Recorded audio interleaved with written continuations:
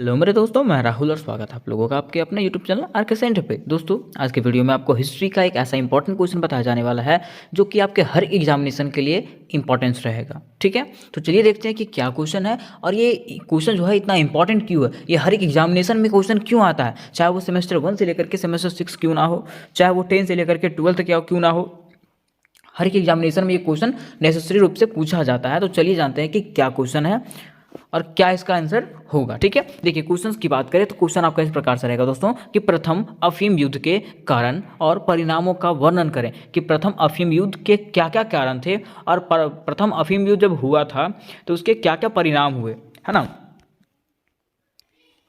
तो चलिए इस क्वेश्चन को डील करते हैं हम लोग एक आसान भाषा में। ठीक है, एकदम आसान भाषा में इसको समझने का प्रयास करेंगे। ठीक है, अब देखिए क्वेश्चन यहाँ पे था कि प्रथम अफीम युद्ध, है ना। तो सबसे पहले हम लोग जानेंगे ना कि अफीम किसको कहते हैं। अब अफीम जैसे आपका होता है अल्कोहल, अल्कोहल मतलब दारू। ठीक है, ये तो जानते होंगे। नशीला पदार्थ होता है सिगरेट, खैनी होता है ना, वो खैनी, तो वो क्या है, नशीला पदार्थ होता है। वैसे अफीम भी क्या है, एक नशीला पदार्थ है। क्या है, नशीला पदार्थ है। ठीक है, यहाँ पे ये जो युद्ध था ना, प्रथम अफीम युद्ध जो है वो चाइना और ब्रिटेन के बीच में हुआ था। किसके किसके बीच में हुआ था, चाइना और ब्रिटेन के बीच में ये युद्ध हुआ था। ठीक है, यहाँ पे क्या था कि चाइना जो है ना अपने क्षेत्रों में हर चीज़ को लेकर के क्या था, एकदम तत्पर था। ठीक है, वो नहीं चाहता था कि मेरे राष्ट्र में आकर के कोई भी देश क्या करे, व्यापार करे। ठीक है, लेकिन वहाँ पे उस पर नज़र लगा लगा करके रखा हुआ था ब्रिटेन। ब्रिटेन चाह रहा था कि मुझे कुछ मौका मिले और मैं क्या करूँ, यहाँ पे आकर के चाइना में आकर के क्या करूँ, व्यापार करूँ। ठीक है, तो वो क्या करता है, ब्रिटेन क्या करता है, ठीक है, वो जो है ना अफीम का जो है ना व्यापार करना चालू करता है। ठीक है, अफीम में जो है खैनी मिला करके, ठीक है, नशीला पदार्थ मिला करके, अफीम तो नशीला पदार्थ है ही। ठीक है, नशीला पदार्थ मिला करके वो क्या करता है, चीन में निर्यात करता है। ठीक है, मतलब चीन में जो है व्यापार करने का सोचता है। ठीक है, लेकिन चाइना भी क्या है, उससे कम नहीं है। चाइना भी बोल दिया था, ठीक है, कि अगर आपको व्यापार करना है तो आप बस व्यापार के सीजन में ही यहाँ पे आ सकते हैं। ठीक है, जैसे मान लीजिए ग्रीष्म ऋतु होता है, गर्मी ऋतु होता है, ठंडा ऋतु होता है। ठीक है, तो आपको एक ऋतु में आना है और यहाँ से व्यापार करके चला जाना, मतलब हमेशा के लिए यहाँ पे रहना आपको नहीं है। ठीक है, अब यहाँ ब्रिटेन वासियों को क्या मिला, मौका मिला। ठीक है, वे लोग क्या किए, चीन में आए, ठीक है, चाइना में आए। चाइना में आने के बाद उन लोगों ने क्या किया, अफीम को जो है ना लोगों में बांटना शुरू किया, फ्री में बांटना शुरू किया। ठीक है, अब जब देखो, जब फ्री में बांटना चालू किया तो लोग उसके आदी होने लगे। ठीक है, लेने लगे लोग। ठीक है, ताकि फ्री का चीज़ कोई छोड़ता नहीं है। ठीक है, जब फ्री में ये चीज़ मिलने लगे तो वो लोग धीरे धीरे क्या हो गए, इसके यादी हो गए, मतलब हमेशा के लिए अफीम को अपना लिए। ठीक है, ये चीज़ चाइना को पसंद नहीं आया। ठीक है, और धीरे धीरे आगे आगे बढ़ते बढ़ते क्या किया, चाइना ने इस पर रोक लगा दिया। ठीक है, जब चाइना ने इस पर रोक लगाया तो इसी कारण से चाइना और ब्रिटेन के बीच में ये युद्ध हुआ। ठीक है, इसी को हम लोग प्रथम अफीम युद्ध के नाम से जानते हैं। ठीक है, ये तो आपका शॉर्ट हो गया कि इस प्रकार से ऐसे ऐसे हुआ था। ठीक है, अब लोग इसको विस्तार से जानेंगे करके।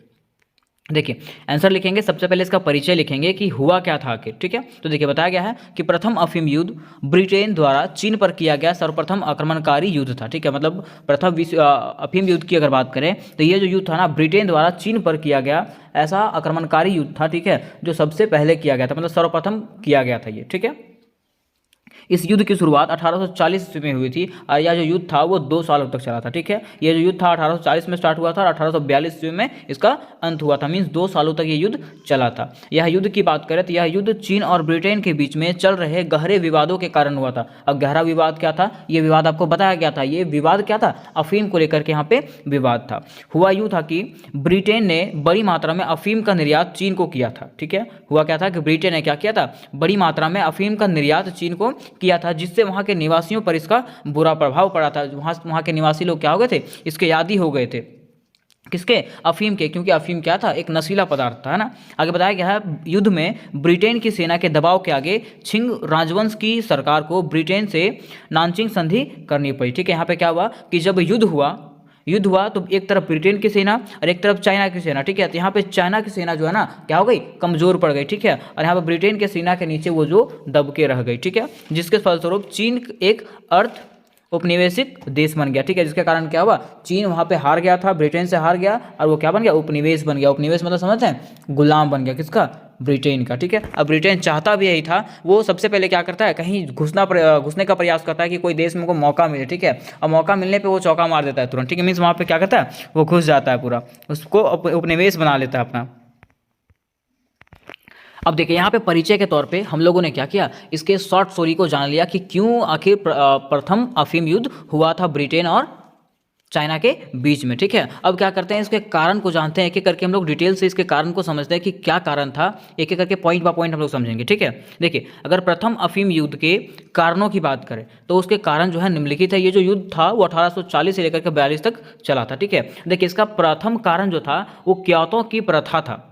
ये कौन सा प्रथा है, तो ये एक ऐसा प्रथा था ना जिसमें चाइना के द्वारा एक कुछ कानून बनाए गए थे, कुछ नियम बनाए गए थे कि जो व्यापारी आएंगे वो हमारे नीचे रहेंगे, ठीक है। मीन्स हमारा आदर करेंगे, हमारा सम्मान करेंगे, ठीक है। और वो सम्मान जो था ना उन लोगों को अपमानजनक लगता था। अब क्या सम्मान था, देखिए यहाँ पे बताया गया है, इस प्रथा के अनुसार विदेशी व्यापारियों को चीनी सम्राट के प्रति अपने भक्ति प्रकट करनी होती थी। मतलब ऐसा बताया गया था ना, इस प्रथा के अनुसार से ये बताया गया था कि विदेशी व्यापारी जो थे ना उन लोगों को चाइना के सम्राटों को भगवान मानना था, ठीक है। उन लोगों को भक्ति करना था उन लोगों का, ठीक है। उन्हें चीनी सम्राट के सामने झुककर 9 बार प्रणाम करना होता था, ठीक है। मतलब ये बताया गया है कि जो विदेशी व्यापारी होते थे अगर वो चाइना में व्यापार करने आते हैं तो उन लोगों को क्या करना पड़ेगा, चाइना के सम्राट को, मतलब चीन के सम्राट को झुक करके 9 बार प्रणाम करना होता था, ठीक है। जो उन लोगों को क्या लगता था, अपमानजनक लगता था, बेइज्जती लगता था कि हम लोग को बेइज्जती हो रहा है यहाँ पे, ठीक है। यह प्रथा ब्रिटिश व्यापारियों, ईसाई प्रचारक के लिए अपमानजनक था, ठीक है। उनके लिए ब्रिटिश सम्राट और पॉप के अलावा कोई सर्वोपरि नहीं था। और देखिए, मान लीजिए अगर आप कहीं जाते हैं, ठीक है, आप कहीं जाते हैं और अगर आपको झुका करके प्रणाम किया जाता, बोला जाता है, जबरदस्ती बोला जाता है कि आपको प्रणाम करना है, ठीक है, तो आपको बेइज्जती लगेगा, है ना। तो वैसे यहाँ पे था कि जो व्यापारी जो आते थे बाहरी देश से, उन लोगों को क्या करना पड़ता था, चीनी सम्राटों को क्या करना पड़ता था, प्रणाम करना पड़ता था 9 बार झुक करके, ठीक है। तो इससे उन लोगों को क्या लगता था, ये बेइज्जती फील होता था कि हम लोगों को बेइज्जती करवाया जा रहा है, ठीक है। और उन लोग जो है ना बस अपने सम्राट को क्या मानते थे, सर्वोपरि मानते थे, इसलिए वो लोग किसी और के सामने झुकना नहीं चाहते थे, ठीक है। अतः इस प्रथा के कारण ईसाई धर्म प्रचारकों को और व्यापारियों के मान सम्मान को ठेस पहुंचती थी। मतलब इसके कारण क्या हुआ कि वहाँ जितने भी ईसाई धर्म प्रचारक थे और व्यापारी थे, उनके धर्म को, उनके मान सम्मान को क्या हुआ, ठेस पहुंचा, ठीक है। ठेस पहुंचने के बाद क्या किया, उन लोगों ने इसका विरोध जताया।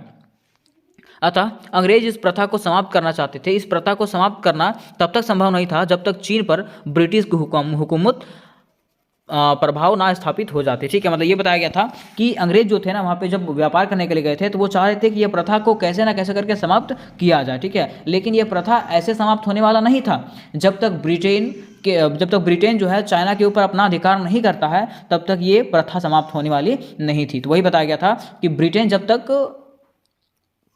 तक चाइना को अपने कब्जे में नहीं लेता है तब तक ये प्रथा समाप्त होने वाली नहीं थी, ठीक है। और यही प्रथा था कि दोनों के बीच में युद्ध हुआ। अब देखिए, इसके अगला पॉइंट में हम लोग लिखेंगे पॉइंट नंबर 2 में कि अंग्रेजों की स्वच्छता प्राप्त करने की इच्छा। मतलब अंग्रेज चाह रहे थे ना कि हम लोग क्या करें, चाइना में आकर के हम लोग को वो सम्मान दर्जा मिले, ठीक है, जो यहाँ के लोगों को मिलता है वैसा दर्जा हम लोगों को भी मिले। क्योंकि उन लोगों का कारण क्या था यहाँ पे आने का, उन लोगों का बस यही कारण था कि हम लोग कुछ दिन यहाँ पे रहें, ठीक है। कुछ दिन रहने के बाद धीरे धीरे क्या करें, चाइना पे कब्जा कर लें, ठीक है। तो अंग्रेज चाह रहे थे ना कि हम लोगों को क्या मिले, बराबर का दर्जा मिले जो यहाँ के लोगों को मिलता है। देखिए, बताया गया है कि अंग्रेज व्यापारी बड़े महत्वाकांक्षी थे। वे ना केवल अपने व्यापार का ही विस्तार करना चाहते थे बल्कि वे अपने अन्य यूरोपीय व्यापारियों पर भी अपना सर्वोच्चता स्थापित करने में भी लगे हुए थे, ठीक है। वे चाह रहे थे कि जितने भी यूरोपीय व्यापारी है सब पे क्या हो, उसका अधिकार हो, ठीक है।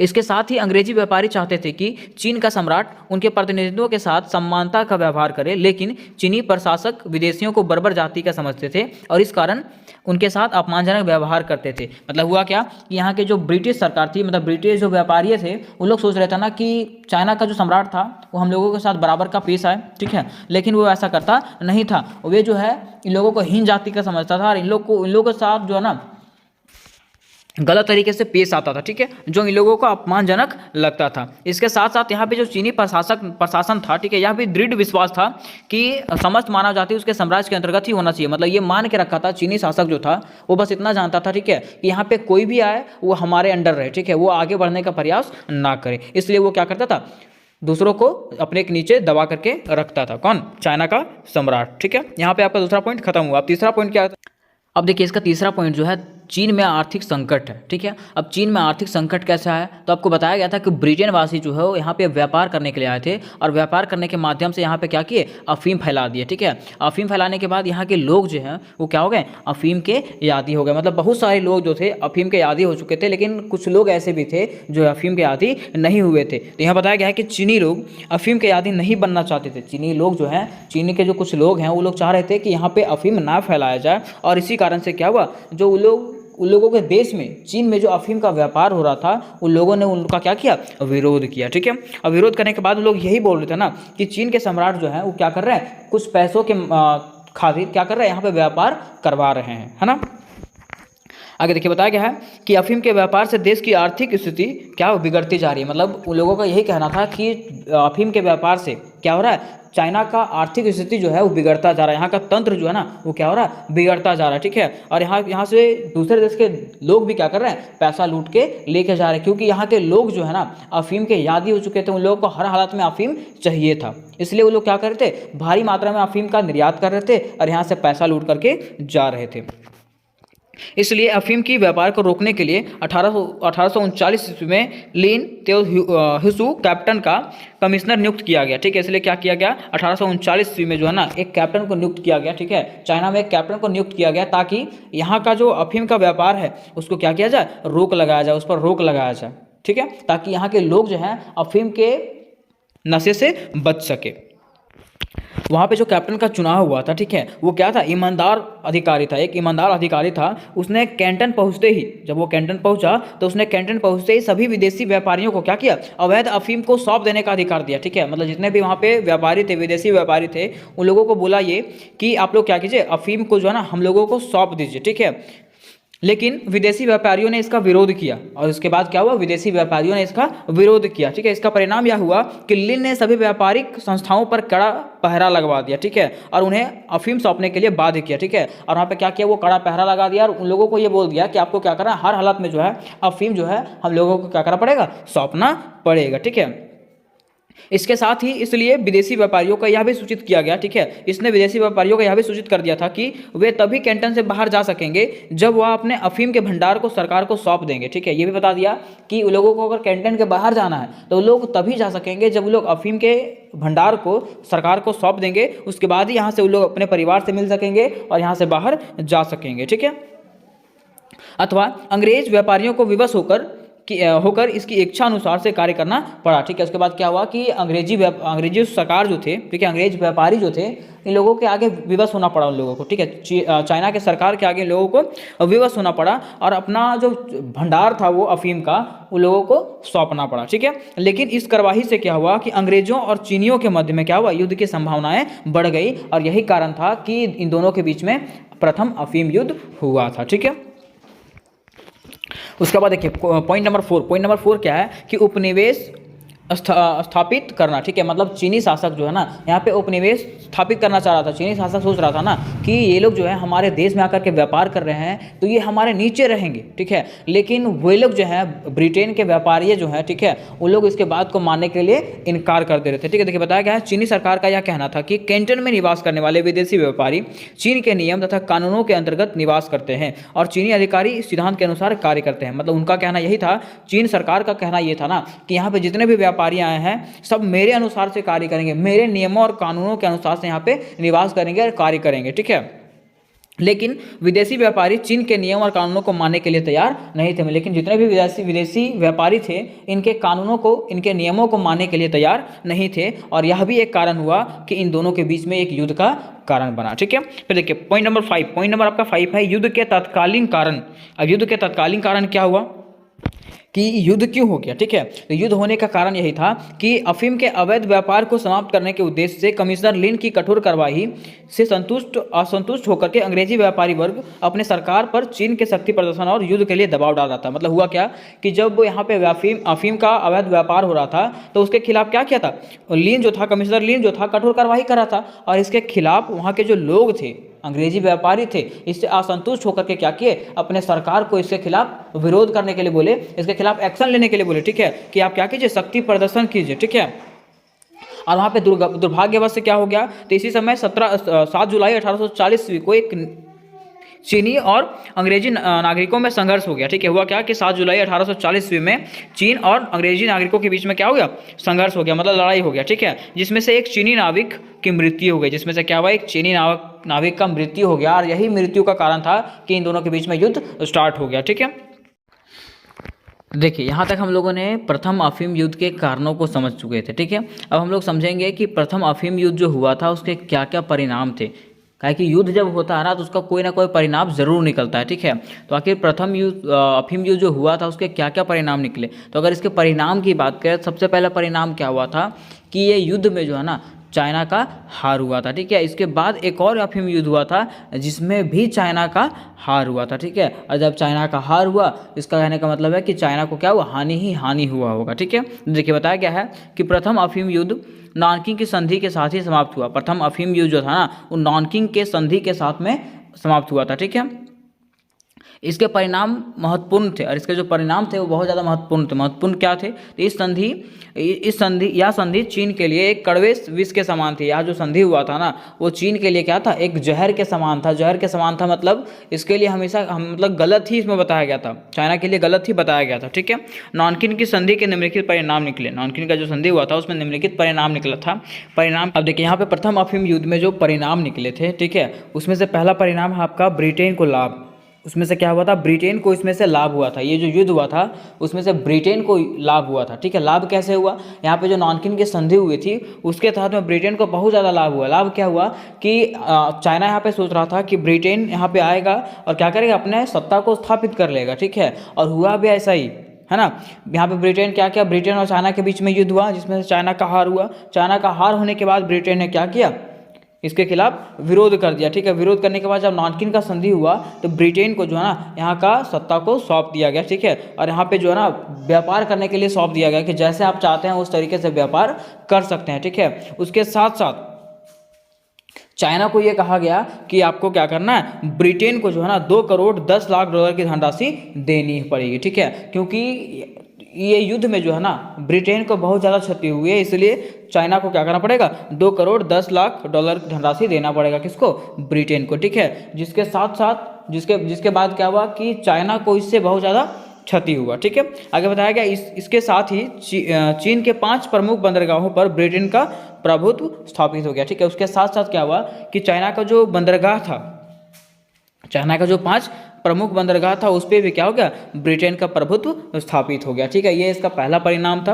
अब देखिए इसका दूसरा परिणाम क्या है, इसका दूसरा परिणाम है कि चीन में साम्राज्यवाद।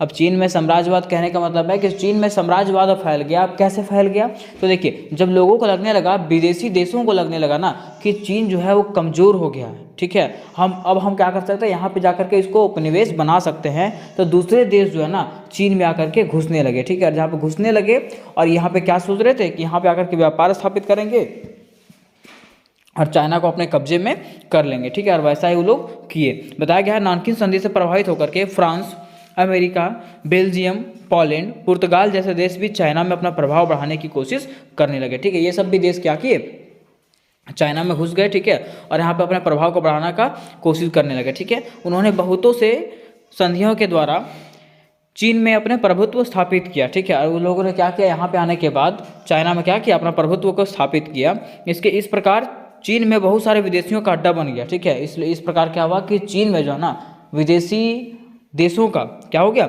अड्डा बन गया। मतलब यहाँ विदेशी देश आकर के ठहर चुके थे। ठीक है, इसके साथ ही चीन का आर्थिक शोषण शुरू हो गया। ठीक है, इसके बाद चीन का द्वार साम्राज्यवादी शक्तियों के लिए खुल गया और यह एक अंतर्राष्ट्रीय उपनिवेश बन गया। ठीक है, मतलब यहाँ पे क्या हुआ कि इसके साथ साथ में क्या हुआ कि यहाँ पे जितने भी देश थे, जितने भी विदेशी देश थे वो धीरे धीरे कहाँ आने लगे, चाइना आने लगे। और चाइना को जो है धीरे धीरे चाइना का जो राष्ट्र है, जो देश था, उसको धीरे धीरे क्या करने लगे, अपने कब्जे में करने लगे। और इस प्रकार जो है चाइना जो है वो क्या बन गया, अंतर्राष्ट्रीय उपनिवेश बन गया। ठीक है, मतलब सभी देशों का ये गुलाम बन गया। ठीक है, तो यही हुआ था प्रथम अफीम युद्ध का परिणाम।